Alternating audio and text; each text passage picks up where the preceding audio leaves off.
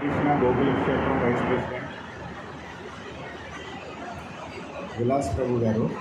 మేము ఈ కార్యక్రమం చేపడదామని ఆలోచన వచ్చినప్పుడు మొదటగా ఎలా మొదలుపెట్టాలి, ఏం చేయాలని అవగాహన లేకపోవడం వల్ల ప్రభుని రీచ్ అవ్వడం జరిగిందండి.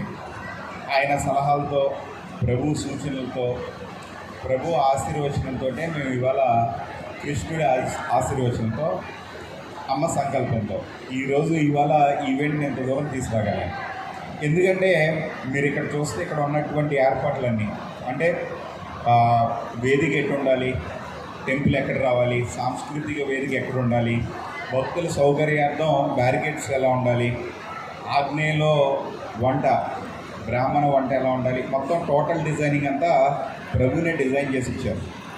ప్లస్ డిజైన్ చేసి ఇవ్వడం కాదు, ఇక్కడ ఉన్న వ్యవస్థ మొత్తం మాకు ఇంటిగ్రేట్ అవ్వడానికి కారణం కూడా ప్రభుని. కాబట్టి ఆయన మొట్టమొదటి కొబ్బరికాయ లాస్ట్ ఇయర్ కొట్టి ప్రారంభించారు ఈ కార్యక్రమాన్ని. ఈ 2 సంవత్సరాల్లో మాకు పెద్దగా డిఫికల్టీస్ ఏం లేవు, చాలా చక్కగా ఈ కార్యక్రమాన్ని ముందుకు తీసుకెళ్ళగలుగుతాం. అదేవిధంగా లాస్ట్ ఇయర్ స్వాతి గారు కల్చరల్ ఈవెంట్స్లో పరిచయం అయ్యారు. ఇక్కడ ఈ సంవత్సరం మొత్తం కల్చరల్ ఈవెంట్స్ బాధ్యత ఆమె తీసుకోవడం, మంచి మంచి ప్రదర్శనలు, నృత్యకారుల్ని, కళాకారులను అందరినీ ఇక్కడికి తీసుకొచ్చి ప్రదర్శన ఇచ్చేటట్లు, భక్తుల్ని రంజింపజేసే విధంగా కళల ద్వారా కూడా అమ్మవారి కృపను మనం పొందవచ్చు.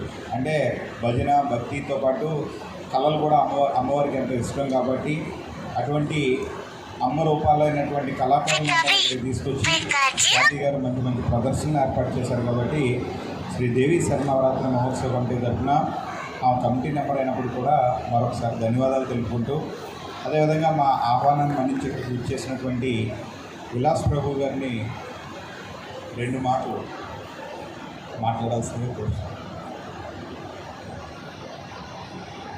సో ఇక్కడ నవరాత్రులు